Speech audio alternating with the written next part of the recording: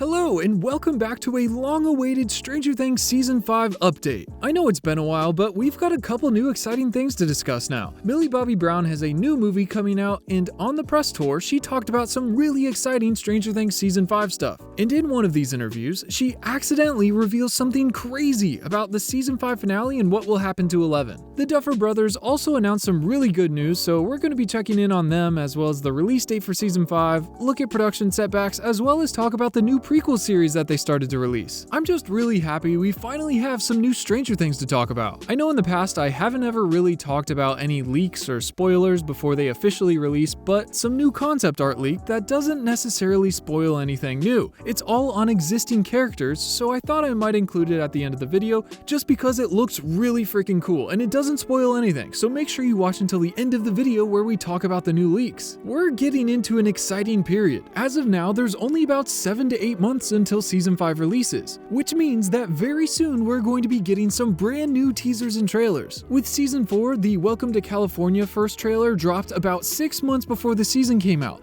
That means we are extremely close, people, not to mention that Will's birthday is coming up, March 22nd. We learned this all the way back in Season 2. Do you know what March 22nd is? It's your birthday. And since the Duffer Brothers completely forgot about his birthday in Season 4, like literally planned the entire day Mike flew to California to see 11 on Will's actual birthday, as well as have Joyce be preoccupied with Murray trying to find Hopper and completely forgetting, which would never happen, I wouldn't be surprised if to make up for all of this, they release something special related to Will on his birthday this year. And just maybe, if we all cross our fingers and just happen to roll a critical hit, maybe it will include new Season 5 footage. If you're excited for more Stranger Things videos, go down and hit that subscribe button so you don't miss all the upcoming Stranger Things content. Because surprisingly enough, only 5% of the people that watched the last video were actually subscribed. That's so low. Let's see if we can get that number up before we hit summer. I was thinking about doing some videos around seasons 1 through 4 to revisit them all one last time before the finale. If you think that's a good idea or that's something you would watch, let me know. I think it'd be fun, but I was more so just curious to see if you would actually watch those videos on the older seasons. Now, like I mentioned earlier, Millie Bobby Brown has a new movie coming out next week, which means she's been doing the press tour, and of course, since they have the chance, the interviewers are going to ask her about Stranger Things. And like we've seen in the past, Millie has not hesitated to say that she's ready to move on from Stranger Things. It's been the last 10 years of her life. While she's grateful for everything it's done for her, she's just simply ready to move on and do more projects with her life. She mentioned recently that as much as she was ready for it to end and for her to move on, that when they actually wrapped filming, it was really hard for her to accept that it was over. I mean, all the cast have said how tear-jerking the finale is, but still, to grow up with something as big as Stranger Things, it's gotta be weird for it to just be over one day. But the good news is that in another interview that took place 4 days after she wrapped her work on Season 5, she said this. It was like saying goodbye to a part of my childhood, and I definitely wasn't ready, and it's been 10 years, and I'm like, no, how much longer do you need? But I just feel like there was so much more to tell with her, so I don't know, 30 years time.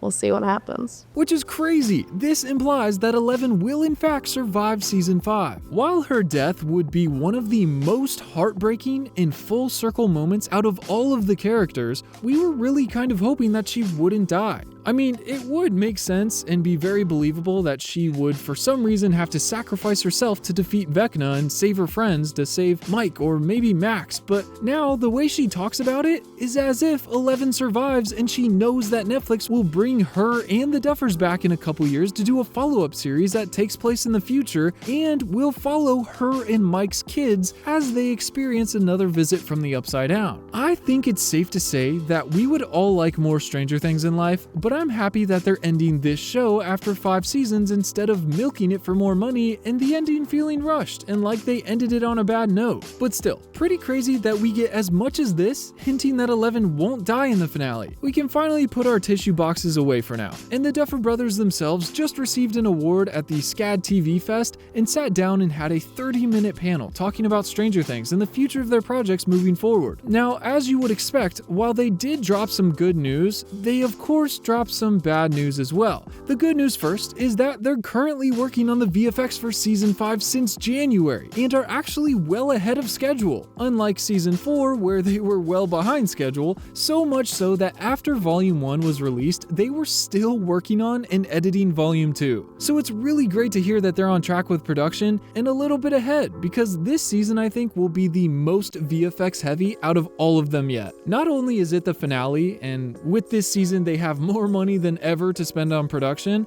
but they will most likely have even more de-aging flashback scenes going back to Season 1 and Season 2, trying to fill in all the gaps and explain what Vecna was doing all of that time, and also revisiting Will's trauma and that first time he entered the Upside Down, in hopes of explaining not only why it looks like Hawkins, but why it's been stuck in time in 1983, and hopefully elaborate on Will and Vecna's connection to each other. Will is going to have a big spotlight on him this season, and we'll be spending a lot of time with him and his past trauma, a lot of which will include heavy de-aging VFX like they did with 11 in Season 4. It's nice to know that they're not behind on all of this, because any more delays and I think the fandom might faint away or something. They also announced that they have well over 650 hours of footage they shot that they have to edit down to just 10 to 13 hours worth of 8 episodes, which is insane. Out of all of that 650 hours, we will only ever get to see 10 of them. And then for some borderline sad news, the interviewer asked them about future shows and spin-offs, and the Duffer Brothers confirmed that there will be no Steve and Dustin spin-off show. And while we almost expected this, it still really hurts to hear. I think that, as well as a Detective Nancy style show, would have been awesome. I mean, my all-time favorite would have been a show about MK and all the other test subjects Brenner experimented on, but unfortunately it sounds like we probably won't be getting that either. They said that all the main characters' stories will be coming to an end this season,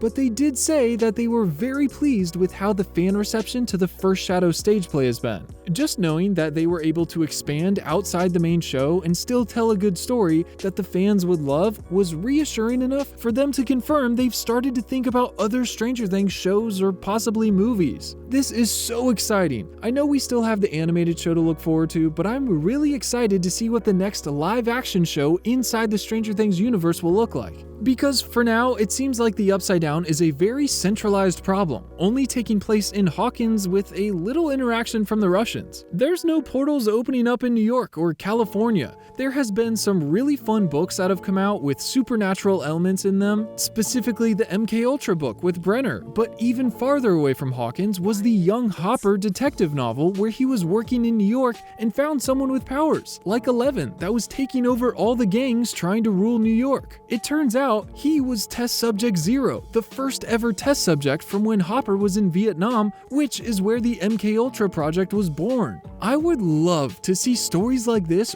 brought to life through the Duffers. Now, if you want to get your hands on a brand new Stranger Things story right now, you can. This is something I've been excited for a while now, and it finally came out. Not too long ago, they wrote an Eddie Munson prequel novel that we did a video on. It basically covers a lot of Eddie's time during season 2 of the show. So much happens in the life of Eddie. He even talks to Will and Jonathan at one point, and of course has a run-in with Hopper. But not only that, it explained why the town knows him as a screw-up, why he doesn't care about anything, and what traumatized him to make him the Eddie we know him as in the show. And then it also tells us what happened to his parents and why he lives with his uncle. This story is such a good read, so many emotions, but this month they have released a brand new Eddie Munson prequel story. This time it's less focused on just Eddie, but more so the boys as well. This is a 4-part graphic novel that takes place right before season 4 starts.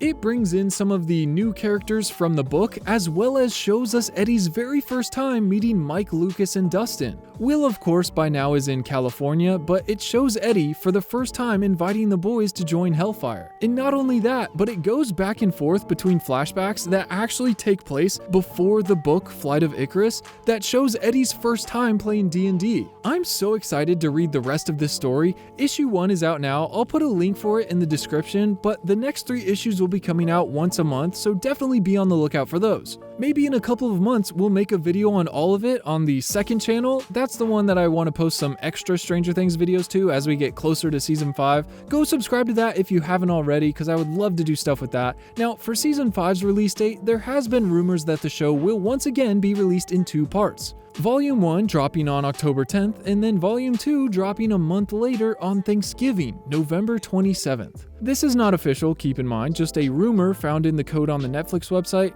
As much as I would love to see a November 6th release on Stranger Things Day, releasing on Thanksgiving is much more on par given their track record. They love those holiday releases. Either way, we know there's a decent amount of pumpkins and fall themes in the show, and with them being on schedule, it's 90% likely it will release in November. And now I want to take a look at this new concept art because it is so freaking cool. This is what was leaked, a character sheet for the upside down monsters that we've already seen before in this new cool stylistic look. The Demogorgon is of course returning, we've seen the actors in the mocap suits, we know they're coming, so that's awesome to see. It looks like the Demo Dogs will be back, which is exciting, as well as the Demo Bats. And all of these are pretty much just like we remember them, no big changes. But next is this concept art of Vecna, which honestly puts his on-screen look to shame. The overly large left hand, the red skin tone, the large spikes coming out of his shoulders surrounding his head, this looks like a version of Vecna you won't want to mess with. This feels like prime Vecna to me, and it looks so cool. I know this is a stylized version of him, but it would be really cool to see him look a little like this at some point in the show. And then next up is the Mind Flayer himself, which is surprising considering he was nowhere to be found in season 4. And again, this depiction of the Mind Flayer looks so cool. Usually it's more cloudy, but the spiky look is so awesome. It just looks terrifying here. And the purple saliva in its mouth is sick. Just look at the tiny person they added for scale. I didn't even realize he was there.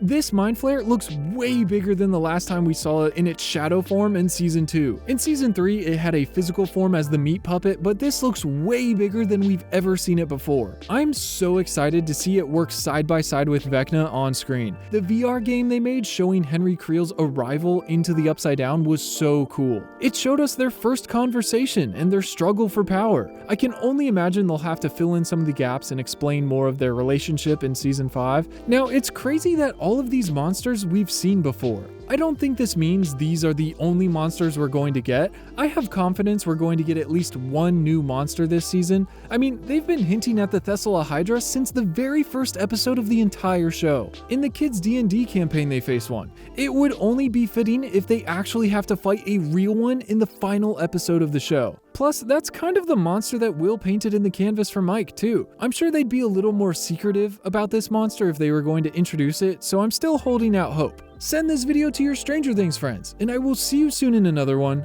Peace.